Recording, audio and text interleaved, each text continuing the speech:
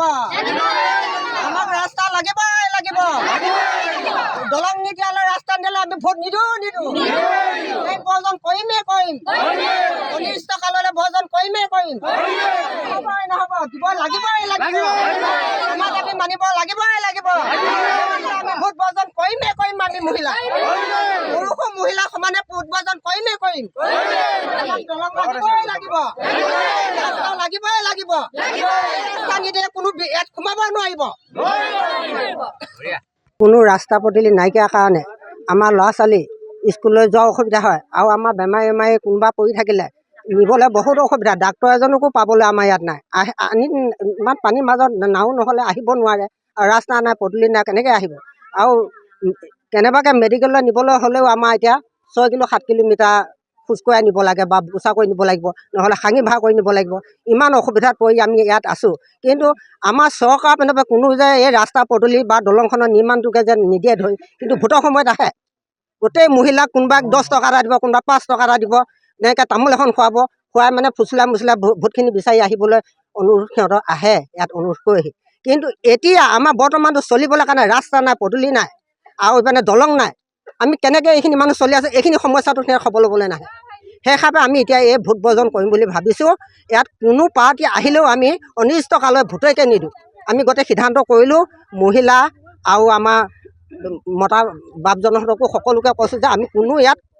সোমাব নোৱাৰে আমি বেনাৰ আহিলোঁ আমি এই ইমান অসুবিধা জেগাত থাকি সিহঁতক ভোট দি আমি ৰজা কৰিব নোৱাৰোঁ আৰু নৱদলে চাওকো বাৰে অনুৰোধ কৰি আছোঁ তেওঁ এই জেগাডোখৰ দুবাৰ আহিলে চাবলৈ আৰু এতিয়া চাবলৈ অহা নাই আমি কেনেকৈ কি পৰ্যায়ে আমি ইয়াত সিহঁতক ভোট দি জিকাম সেইকাৰণে আমি ভোট বৰ্জন কৰিছোঁ তাৰ কাৰণে অনুৰোধ কৰিছোঁ আজি আমাৰ ভাৰত স্বাধীন হোৱা ৭৫টা বৰ্ষ পাৰ হৈ গ'ল আৰু আমি ইয়াতে জন্ম হৈ এতিয়া আমাৰ প্ৰায় ৫০-৫৫ বছৰ হৈ গ'ল আজিলৈকে আমি আপোনাৰ এই 1 কিলোমিটাৰ এখন দলং আৰু ৰাস্তা এই দুটা বস্তু আমি প্ৰত্যেক নিৰ্বাচনতে আমি প্ৰাৰ্থীসকলক অনুৰোধ জনাওঁ আমি ব্যক্তিগত একো বিচৰা নাই যিহেতু যাতায়াতৰ সুবিধা আমাক লাগে গতিকে আমি কৈ ভাগৰি গ'লোঁ এবাৰ মই আপোনাৰ নৱদলে ছাৰক আনি এই দলঙেদি পাৰ কৰাই নামঘৰত তেখেতক গামোচা পিন্ধাই ছাৰ তেতিয়া কৈছোঁ ছাৰ আমাক একো নালাগে আমাক ৰাস্তাটো দিয়ক যাতে আমি এই গাঁওখনৰ পৰা আমি মুকলিলৈ যাতে অহা যোৱা কৰিব পাৰোঁ কিন্তু তেখেতৰ এতিয়া আপোনাৰ আৰু 1.5 বছৰ নে এবছৰ আছে 15টা বছৰ কাৰ্যকাল গ'ল আৰু এসময়ত তেখেত আপোনাৰ গ্ৰাম্য উন্নয়ন কেইবাটাও বিভাগৰ মন্ত্ৰীও আছিলে আমি ভাবিছিলোঁ তেখেতে নিশ্চয় কথা ৰাখিব কিন্তু ভোটৰ সময়ত তেখেতে প্ৰত্যেকবাৰ আহিছে তেখেতৰ আইগৰাকীও আহিছে আৰু পালিপহৰীয়া নেতাসকলতো আপোনাৰ ক'বলগীয়া নাই আৰু তেখেতলোক আহিয়ে থাকে গতিকে আমাৰ এতিয়া এইবাৰ আমাৰ ৰাইজে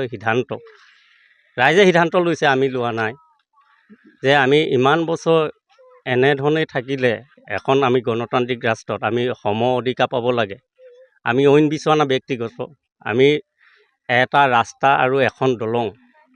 যিহেতু আমাৰ ল'ৰা ছোৱালী ছাত্ৰ ছাত্ৰী আপোনাৰ ঘিলামৰ পঢ়িব লাগে আমাৰ এই মানুহখিনি কোনো চাকৰিয়ালৰ মানুহ নহয় গতিকে ইয়াৰ পৰা আমাৰ চাইকেলখন মাৰি ওলাই যাবলৈ ল'ৰা এটা আমি বাৰিষা দিনত সমৰ্থন নহয় গতিকে সেইকাৰণে এইবাৰ আমাৰ ৰাইজে সমস্তখিনি ভাবি চিন্তি আমি পঞ্চায়ত ইলেকশ্যনটো বৰ্জন কৰাই নহয় আমি অদূৰ ভৱিষ্যতে যিমান ইলেকশ্যন হ'ব যেতিয়ালৈকে আমাৰ দাবী পূৰণ নহ'ব তেতিয়ালৈকে ৰাইজে আপোনাৰ ভোট বৰ্জনৰ এটা সিদ্ধান্ত লৈছে প্ৰচিডিং হৈছে কোনো লোকে যদি ইয়াৰ পৰা আপোনাৰ কেনেবাকৈ ভোট দিয়ে তেখেতলোকৰ ওপৰতো আমাৰ 50,000 পৰ্যন্ত আপোনাৰ জৰিমনা সিদ্ধান্ত লৈছে গতিকে আমি তাকে চৰকাৰ আৰু মুখ্যমন্ত্ৰী ডাঙৰীয়া তেখেতে অসমখন সুন্দৰ কৰিছে আমি জনা আমাকো এই ৰাস্তাটো উলিয়াই